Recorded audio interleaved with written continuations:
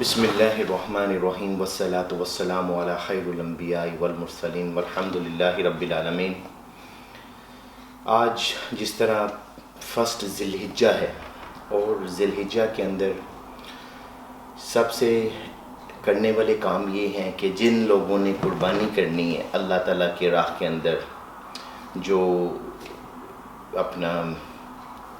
اللہ تعالیٰ کا حکم ہے کہ جانور قربان کرو، جن لوگوں نے نیت کی ہے اور جن لوگوں نے نیت کرنی ہے انہیں چاہیے کہ جو ذی الحجہ کا مہینہ شروع ہونے سے پہلے اس کا چاند نکلنے سے پہلے ایون کہ اس کا مطلب کہ مغرب سے پہلے جو ہے انہیں اپنے ناخن اپنے بال وغیرہ کاٹ لینے چاہیے اور اپنی نیت کرنی چاہیے کہ ہم نے قربانی کرنی ہے۔ قربانی ایک اللہ تعالیٰ کا حکم ہے، اور قربانی حضرت ابراہیم علیہ السلام کی اداؤں کا، ان کی وفاؤں کا اور نبی اکرم صلی اللہ علیہ وسلم کی دعاؤں کا جو ہے وہ حکم ہے، وہ طریقہ ہے۔ اس کے اوپر تھوڑی سی ہم اگر بیک گراؤنڈ میں جائیں کہ قربانی جون سی ہے کس طرح اللہ تعالیٰ نے اس کا حکم دیا، تو حضرت ابراہیم علیہ السلام جو اللہ تعالیٰ کے بہت ہی محبوب اور سب سے پیارے پیغمبر تھے، اور حضرت ابراہیم علیہ السلام ان کے اوپر ایسی آزمائشیں آئیں اپنے زندگی کے اندر، ایسی تکلیفیں آئیں کہ اگر جب ہم قرآن پاک کا مطالعہ کرتے ہیں اور ان کو سنتے ہیں اور دیکھتے ہیں ان کی زندگی کے اوپر کہ اللہ تعالیٰ کا حکم ہوا، وہ اپنے والد کو انہوں نے کہا کہ مجھے اللہ نے نبی بنا کر بھیجا ہے، اور آپ کو یہ بت جو ہے جن کی آپ پوجا کرتے ہیں، جن کی آپ عبادت کرتے ہیں، اس سے آپ باز آ جائیں، یہ اللہ تعالیٰ کو بہت ناپسند ہے۔ تو ان کے والد نے انہیں کہا کہ یہ تو ہمارے باپ دادا کرتے ہیں، میں اس سے باز نہیں آؤں گا، میں چاہتا ہوں کہ تم ادھر سے نکل جاؤ۔ تو انہیں حضرت ابراہیم علیہ السلام کو ان کے والد نے گھر سے نکال دیا۔ پھر ایک ایسا واقعہ آیا کہ جب شہر والے جون سے تھے وہ جاتے تھے، یہ عرس وغیرہ ہوتے تھے، میلے ہوتے تھے اس وقت، تو وہ سارا شہر وہاں پر چلا گیا۔ جب میلوں پہ چلے گئے تو پیچھے حضرت ابراہیم علیہ السلام رہ گئے۔ تو وہ جو بت تھے انہوں نے اپنا ایک کلہاڑی لی اور تمام بتوں کو جو ہے وہ توڑ کے، اور جو بڑے والا بت تھا اس کے اوپر وہ اس کے شولڈر پہ جو ہے انہوں نے وہ کلہاڑا رکھ دیا، اور جب لوگ واپس آئے تو دیکھا سب بت ٹوٹے ہوئے تھے۔ تو پھر انہیں پوچھا، بادشاہ نے انویسٹیگیٹ کیا کہ پیچھے کون تھا، جو پتہ چلا کہ پیچھے ابراہیم تھا۔ تو انہیں حضرت ابراہیم علیہ السلام کو انہوں نے پکڑ لیا اور ان سے پوچھا کہ یہ تم نے کیوں توڑے؟ انہوں نے کہا جس کے شولڈر کے اوپر کلہاڑی ہے اس نے توڑے ہیں۔ وہ کہتے یہ تو بت ہے، یہ تو نہیں بول سکتا۔ یہ انہیں پتہ تھا کہ جو اسٹیچو ہوتا ہے، جو بت ہوتا ہے، وہ کسی کی مدد نہیں کر سکتا، کسی کی ہیلپ نہیں کر سکتا، تو انہیں بھی پتہ تھا کہ یہ غلط ہم کر رہے ہیں، لیکن پھر بھی جان بوجھ کر انہوں نے حضرت ابراہیم علیہ السلام کو ڈیسائیڈ کیا کہ انہیں پنشمنٹ دی جائے، جو کہ ایک بہت بڑی آگ جلائی ان کے اندر، ان کو پھینکا گیا۔ پھر اللہ تعالیٰ نے ان کے اوپر آگ کو سلامتی کے ساتھ اللہ تعالیٰ نے انہیں بچا لیا، بیچ میں سے انہیں بالکل آرام سے آسانی سے نکال دیا بیچ میں سے آگ کے۔ تو سارا ایک یہ واقعہ ہے۔ پھر وہاں سے وہ جب چلے تو شام کے علاقے میں جب وہ پہنچے تو وہاں پر ایک بادشاہ تھا، تو ان کے ساتھ ان کی بیگم تھی۔ جب وہ بادشاہ نے کوئی برائی کا ارادہ کیا ان کی بیگم کے ساتھ، جب بھی انہیں ہاتھ قریب لے کے آتا تو ان کے ہاتھ شل ہو جاتے، ایک جام میں ہو جاتے ہاتھ ان کا۔ تو بس اسی طرح جو سا تھا وہ 4-5 دفعہ جو واقعہ ہوا یہ بادشاہ کے ساتھ، تو وہ حیران رہ گیا کہ یہ معاملہ یہ کوئی نارمل نہیں ہے۔ تو ان سے پوچھا جی آپ کون ہو؟ انہوں نے کہا کہ میرے میاں پیغمبر ہیں جو اللہ کے نبی ہیں۔ تو جب ان کو پتہ چلا، انہوں نے کہا واقعی یہ کوئی عام لوگ نہیں ہے۔ تو انہوں نے کہا کہ میں اپنی بیٹی کو آپ کی خدمت کے لیے دیتا ہوں، جب حضرت ابراہیم علیہ السلام کو کہا کہ میری بیٹی آپ، بادشاہ نے اپنی بیٹی ان کی خدمت کے لیے ساتھ بھیج دی. پھر جب وہ چلتے چلتے جب اللہ کا حکم ہوا کہ ادھر سے نکلو، اور مکہ کی وادی کے پاس جب پہنچے ہیں حضرت ابراہیم علیہ السلام، تو اللہ کا حکم ہوا یہاں پہ رک جاؤ اور اپنی بیوی بچوں کو ادھر چھوڑ دو، کسی سے کلام نہیں کرنا. تو دیکھو کیسے وہ اللہ تعالیٰ کا حکم مانتے ہوئے، صبر کرتے ہوئے وہ وہاں سے ان کی بیگم وہاں پہ ٹھہر گئیں اور ان سے پوچھنے لگیں کیا یہ اللہ کا حکم ہے کہ آپ ہمیں یہاں پر چھوڑ کے جا رہے ہیں؟ تو حضرت ابراہیم علیہ السلام نے انگلی سے اوپر اشارہ کرتے ہوئے اپنی بیگم کو کہا ہاں یہ اللہ کا حکم ہے. اور پھر وہ چلے گئے، اور پھر چلتے چلتے آگے جا کے جو چھوٹا سا جگہ آتی ہے جو چاروں طرف سے پہاڑوں سے گھیری ہوئی تھی،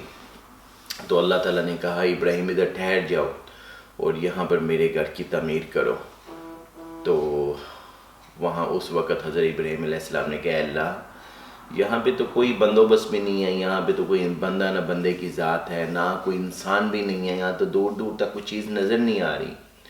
تو اللہ تعالیٰ نے فرمایا ابراہیم علیہ السلام کو یہ کہا کہ یہاں پر سب سے پہلے حضرت جو میں نے اپنی عبادت کے لیے جو گھر بنایا تھا حضرت آدم علیہ السلام نے زمین پر، وہ اسی جگہ پہ تھا. تو میں چاہتا ہوں تم اس کی تعمیر کرو، اور جس پتھر کو تم ہاتھ لگاؤ گے وہ خود ہی اٹھ کے آئے گا اور خود ہی وہ سٹیپ بائی سٹیپ وہ دیوار بنتی جائے گی. تو اسی طرح حضرت جو مقام ابراہیم جو اس وقت جو لوگ عمرہ پہ جاتے ہیں یا حج پر جاتے ہیں، اللہ تعالیٰ آپ سب کو حج پر لے جائے، سب کو عمرے پہ لے جائے. جب آپ ادھر جائیں گے تو وہ دیکھیں گے وہاں پر ابھی بھی ایک پتھر پڑا ہے جس کے اندر حضرت ابراہیم علیہ السلام کے قدموں کے نشان ہیں. تو یہ ایک ایسی چیز ہے، ہم اس چیز کے اوپر ایک ورڈ ٹو ورڈ اس کے اوپر بلیو کرتے ہیں. اور پھر اس کے بعد جب مکان تعمیر ہو گیا، اللہ تعالیٰ کا گھر تعمیر ہو گیا وہاں پر، تو پھر اس کے بعد جو پیچھے بیگم اور بچے تھے، وہ بچے کو بہت زیادہ پیاس لگی ہوئی تھی، اور وہ ان کی والدہ پانی کی تلاش کے لیے کبھی لیفٹ اور رائٹ کبھی جا رہی تھی، بھاگتی تھی، کبھی سائڈ پر دیکھتی تھی کہ کہیں پانی مل جائے. تو جب وہ ایک جگہ جہاں پہ بچہ کو چھوڑا، اسے بٹھایا، وہاں پر بچے کو بٹھا کر وہ اتنی دور جاتی کہ وہاں سے کوئی پہاڑی کے اوپر سے کوئی ایسی کوئی جگہ نظر آ جائے جہاں سے کوئی قافلہ گزر رہا ہو یا کوئی جانور ہو یا کچھ اس طرح، تاکہ وہ سائن ہو وہ پانی ہے ادھر. لیکن ادھر کوئی پانی کا نہیں تھا نام، نہ کچھ بھی نہیں تھا. لیکن وہ اللہ تعالیٰ نے حضرت ابراہیم کے جو بیٹے تھے اسماعیل علیہ السلام، ان کے جب انہوں نے جو پاؤں کے قدم زمین پہ مارے تو اس میں سے اللہ تعالیٰ نے چشمے جاری کر دیے زمزم کے. تو پھر ایک قربانی کا سارا آگے واقعہ کہ کس طرح اللہ کا حکم ہو اپنے بچے کو قربان کرنے کا. یہ وہی دن ہے کہ اللہ تعالیٰ کو حضرت ابراہیم علیہ السلام کی جو عادتیں تھیں، جو ان کی ادائیں تھیں، اتنی پسند تھیں کہ اس کو اللہ تعالیٰ نے مومنوں کے لیے، مسلمانوں کے لیے، قیامت تک کے لیے ان کے لیے مشعل راہ بنا دیا کہ آپ نے بھی یہی عمل کرنا ہے. وہ مجھ کو بھی یہی عمل پسند ہے، آپ نے بھی یہاں پر آ کے جب عمرے کے لیے آئیں، حج کے لیے آئیں، یہاں پر صفا مروہ کرنا ہے، پھر اللہ تعالیٰ کے گھر کے چکر لگانے ہیں، پھر قربانی کرنی ہے. تو یہ ساری وہی چیزیں ہیں جو حضرت ابراہیم علیہ السلام نے کم و بیش 6000 سال پہلے یہ چیزیں کیں. تو اسی کو ہمارے پیارے نبی محمد رسول اللہ صلی اللہ علیہ وسلم نے بھی اسی طرح ہی، جس طرح اللہ تعالیٰ کا حکم تھا،